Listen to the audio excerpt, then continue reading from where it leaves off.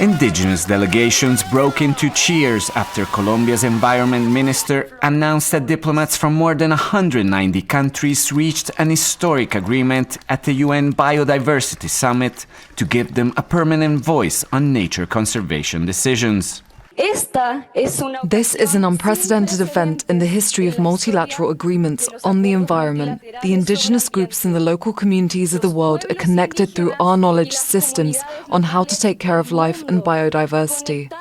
It was the most important announcement at the end of 2 weeks of often contentious negotiations and deep disagreements between the countries to try to stem the dramatic loss of biodiversity and nature by 2030.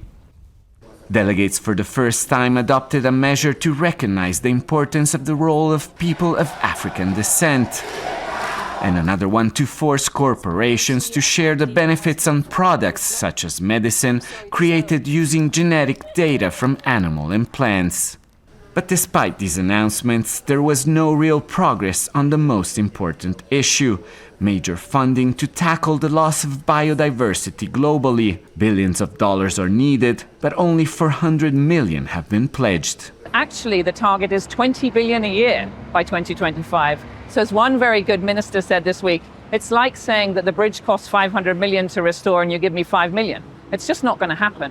So we need this money to flow from the global north to the global south as fast as possible. We're looking at a protection crisis, we're looking at a restoration crisis, we're looking at a situation where it's going to affect all of our lives, but it's not yet taken seriously by the treasuries of our countries in the global north. And until that time, we're going to continue to see the extinction crisis get worse.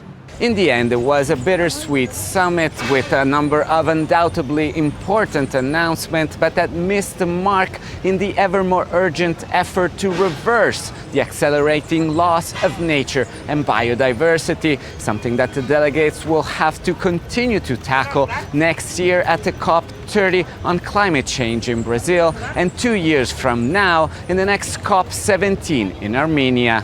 Alessandro Rampietti, Al Jazeera, Cali.